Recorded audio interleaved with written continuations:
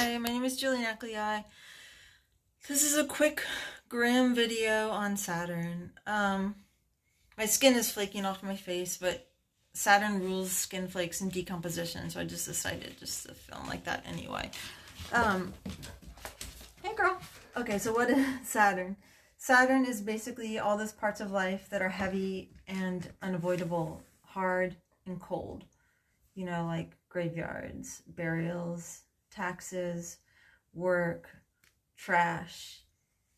It rules all situations where you just have to fucking persist. There's two planets that represent being crushed to death by life. One is Mars, whose symbol is the moon with the cross symbolizing the world on top of it.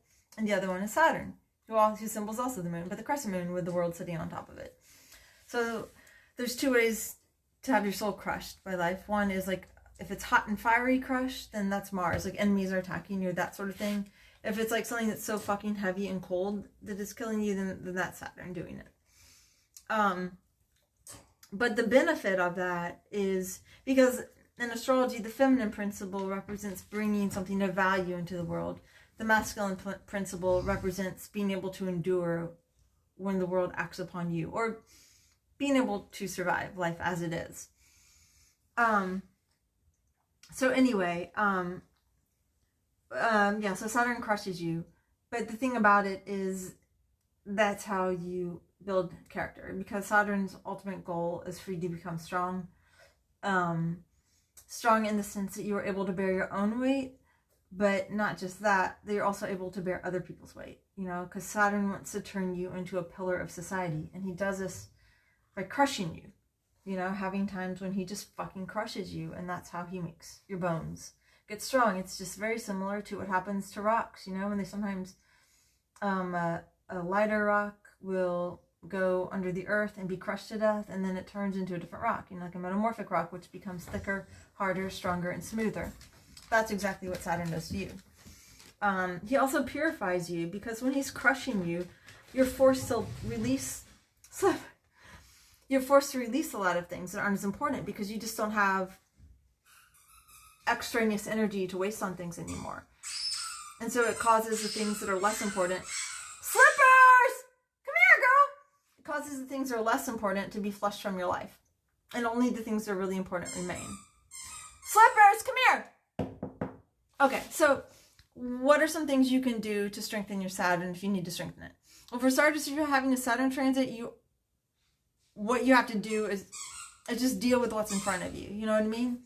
And don't begrudge the heavy torture that's in front of you. Like, try to embrace it if you can. Hey, girl, come here. Try to embrace it. Try to embrace it if you can, because that it's actually making you stronger. You know, and you'll get something out of it. It just won't be obvious ever what you get out of it, but in some sense you will.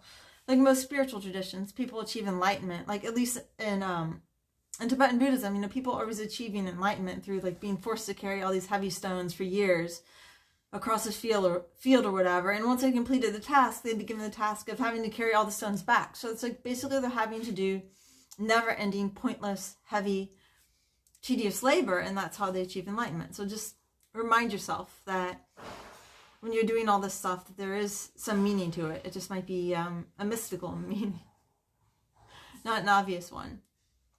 Okay, so besides for doing what's in front of you, how else can you improve your Saturn? If you want to try some traditional techniques, they would include things like wearing in black or somber colors on Saturday, just to remind you of, because Saturday is Saturn's day, of course, and so it helps remind you of how serious life is, and it's kind of almost about embracing the heavy and serious side of life. Another remedy would be organizing or decluttering your stuff, because as I mentioned, when Saturn is acting upon you, he forces you to release things that are unnecessary because you simply have to in order to make it. So by making your space more streamlined and getting rid of the stuff that you don't need, that's like a way of celebrating Saturn, and also being organized, because Saturn is all about organization. Another traditional way of appeasing Saturn would be to dedicate Saturday not to doing anything fun, but to really tackling those tasks that you really need, like the most horrible tasks that you always want to avoid. do those on Saturday, and that's like a traditional way of honoring Saturn. And one other thing is, if you want to please Saturn, please Saturn's people. Saturn's very favorite people is if you find a beggar, basically. He loves beggars, you know, like we don't like beggars sometimes, but Saturn fucking loves them. He loves it, especially if they're crippled, they're missing body parts, they're really old, their body's falling apart in some way. He rules all things that are falling apart, you know, and all things that are old.